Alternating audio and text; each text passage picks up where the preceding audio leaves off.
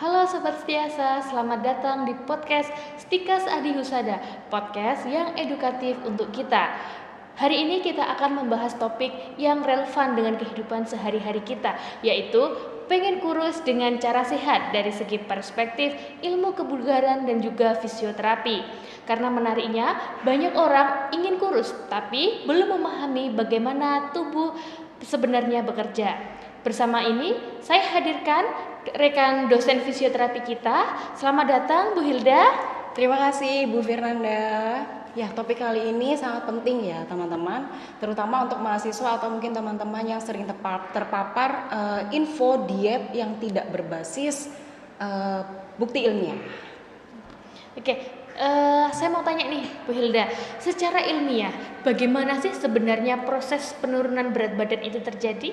Oke, jadi penurunan berat badan terjadi itu karena adanya proses negatif energy balance, di mana tubuh itu mengeluarkan energi lebih besar daripada energi yang masuk ke dalam tubuh. Nah, ini konsisten dengan prinsip fisiologi metabolisme. Ya, namun yang paling penting sebenarnya bukan soal angka saja ya, tapi bagaimana kita bisa mampu mempertahankan massa otot itu. Bu Hilda, saya mau tanya, apakah berat badan rendah itu selalu sehat secara metabolik? Tidak selalu ya.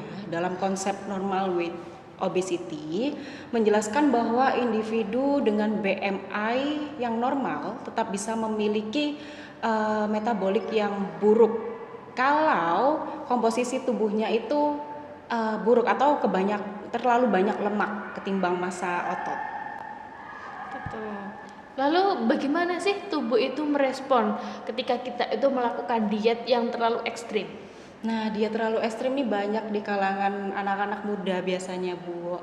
Ya, jadi tubuh itu akan mengalami yang namanya metabolic adaptation, di mana penurunan laju metabolisme sebagai respon terhadap defisit energi yang berkepanjangan. Ya, tubuh akan melakukan penyesuaian atau adaptasi ketika terlalu lama makan sedikit dari keperluan sehari-harinya gitu. Sederhananya saat asupan makanan itu dikurangi terus-menerus ya, tubuh itu akan menghemat energi ya supaya tetap bisa bertahan. Nah, akibatnya apa? Akibatnya metabolisme menjadi lebih lambat, kemudian kalori yang terbakar juga akhirnya lebih sedikit. Nah, akibatnya berat badan itu kesulitan untuk turun. Nah, ini yang disebut dengan metabolic adaptation. Oh gitu. Lalu semisal nih dalam konteks kebugaran ya, bagaimana sih peran latihan fisik itu dalam penurunan berat badan? Nah, ini penting ya. Jadi kalau mau turun berat badan itu tidak hanya soal diet tapi juga latihan fisik. Ya, latihan fisik itu yang disebut dengan resistance training atau lebih ke latihan beban. Ya, jadi untuk meningkatkan dan mempertahankan massa otot. Ya, karena massa otot sendiri itu bisa membantu membakar energi yang berlebihan. Ya, kemudian ketika otot turun, metabolisme akhirnya menjadi lebih lambat. Oh Nah, gitu. ya efeknya tubuh lebih aktif membakar energi bahkan saat istirahat.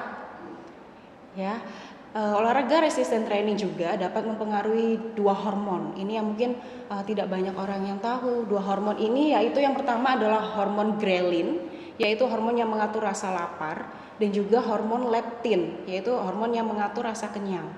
Jadi ketika teman-teman sekalian di sana yang rutin melakukan latihan beban itu otomatis ya, karena hormon tersebut bekerja lebih baik, akhirnya nafsu makan lebih terkontrol dan pola makan akan lebih stabil. Itu cocok dan akan ada hubungan baiknya dengan dilakukan diet itu tadi, Bu. Oke, itu kan tadi dari perspektif kebugaran ya. Kira-kira sih apa ya kaitannya fisioterapi itu dengan program penurunan berat badan? Oke, baik. Jadi kaitannya sangat erat ya kalau ditanya kaitan fisioterapi dalam penurunan berat badan. Cukup erat, Bu, ya. Karena fisioterapi itu tidak hanya menangani orang-orang yang cedera, sakit pinggang, sakit leher, sakit bahu, tapi dia juga mampu membantu orang yang sedang menjalani program kebugaran. Ya, dalam proses menurunkan berat badan, fisioterapi berperan untuk memastikan gerakan olahraga yang dia jalani itu benar dan aman. Jadi bukan cuma sekedar banyak gerak aja atau asal-asal gerak, tapi bagaimana cara bergeraknya itu tepat, ya tepat untuk otot yang tepat, ya supaya hasilnya lebih efektif dan tidak menimbulkan cedera.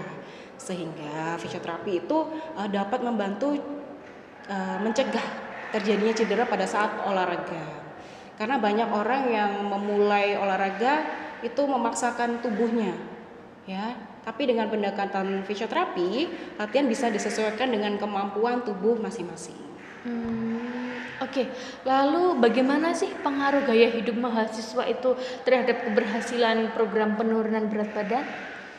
Nah, kalau berbicara soal mahasiswa, ini yang paling umum, ya, yang paling sering terjadi pada kaum mahasiswa biasanya adalah pola hidup yang tidak stabil. Misalnya jam tidur yang tidak teratur, kemudian seringnya bergadang, ya, kemudian aktivitas fisik yang kurang, pola makan yang tidak teratur. Nah, hal-hal seperti ini itu berpengaruh terhadap keseimbangan energi di dalam tubuh. Ditambah lagi aktivitas duduk atau kurangnya bergerak, ya, ini dapat membuat energi yang dibakar di dalam tubuh ini menjadi tidak banyak. Nah, dalam studi Sleep Health Journal, Bu Firnanda, menunjukkan bahwa kalau kurang tidur itu akan ada hubungannya dengan peningkatan hormon lapar tadi yang saya sebutkan atau hormon grelin, ya. Jadi terjadi peningkatan hormon grelin dan terjadi penurunan hormon leptin atau kenyang, sehingga tubuh itu merespon lapar terus. Nah, buat teman-teman yang suka begadang pasti merasakan ya, sering lapar, tidur malam tapi pengennya makan terus. Nah, itu karena kalian sering begadang, jadi hormon lapar itu meningkat secara drastis, seperti itu.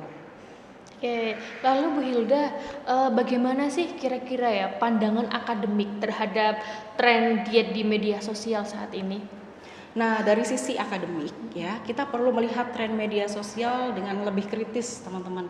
Jadi banyak informasi yang beredar sebenarnya hanya berdasarkan pengalaman pribadi seseorang, ya. Kemudian kita ikut-ikutan, kita melihat si A, oh berhasil dengan melakukan diet seperti ini, akhirnya kita mengikuti. Padahal tidak seperti itu harus ada bukti ilmiahnya dulu. Nah, masalahnya apa yang berhasil di satu orang belum tentu berhasil di orang lain, atau akan menjadi dampak yang buruk di orang lain.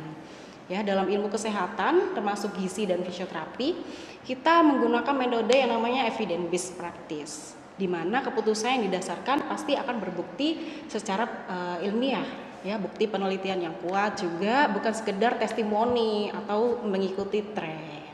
Gitu. Jadi kalau kita simpulkan secara akademik ya, prinsip utama dalam penurunan berat badan itu sebenarnya sederhana tapi sangat fundamental. Betul. Ya, yang pertama yaitu defisit energi yang moderat.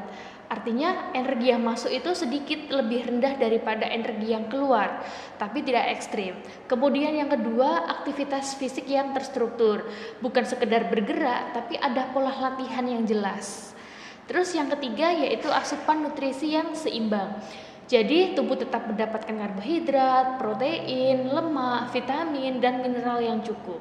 Kemudian yang keempat adalah pola hidup yang sehat, kemudian manajemen stres yang baik, dan juga pola tidur yang teratur dan juga tidak tidur terlalu malam.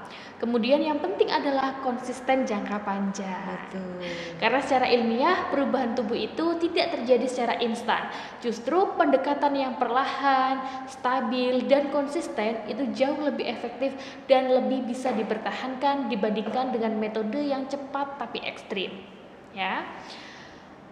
Baik ya, kalau kita simpulkan secara akademik, prinsip utama dalam penurunan berat badan yang sehat itu sebenarnya sederhana, tapi cukup fundamental. Yang pertama, defisit energi yang moderat, artinya energi yang masuk lebih sedikit daripada energi yang keluar, tapi tidak ekstrim. Kemudian yang kedua, aktivitas fisik yang terstruktur, bukan hanya sekedar bergerak, tapi ada pola latihan yang jelas.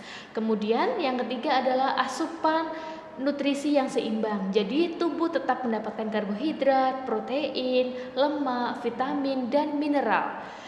Kemudian yang keempat adalah pola hidup dan juga manajemen stres yang baik. Yang kelima yang paling penting adalah konsisten jangka panjang, ya. eh, mahasiswa sekalian, dari diskusi ini kita belajar bahwa penurunan berat badan bukan sekedar tren, tapi proses fisiologis yang kompleks dan juga harus berbasis ilmu. Jadi teman-teman mahasiswa, daripada kita sibuk cari cara cepat kurus, mungkin lebih baik kita mulai dari hal-hal yang kecil terlebih dahulu, seperti lebih aktif bergerak, kemudian makan makanan yang seimbang, dan juga cukup istirahat. Karena pada akhirnya tujuan kita itu bukan cuma kurus, tapi sehat, bugar, dan bisa menjalani aktivitas dengan optimal. Baik, terima kasih kepada Ibu Hilda atas informasinya yang sangat edukatif. Terima kasih Bu Firanda, terima kasih teman-teman. Baik, terima kasih sudah mengikuti podcast hari ini. Sampai jumpa di pembahasan berikutnya.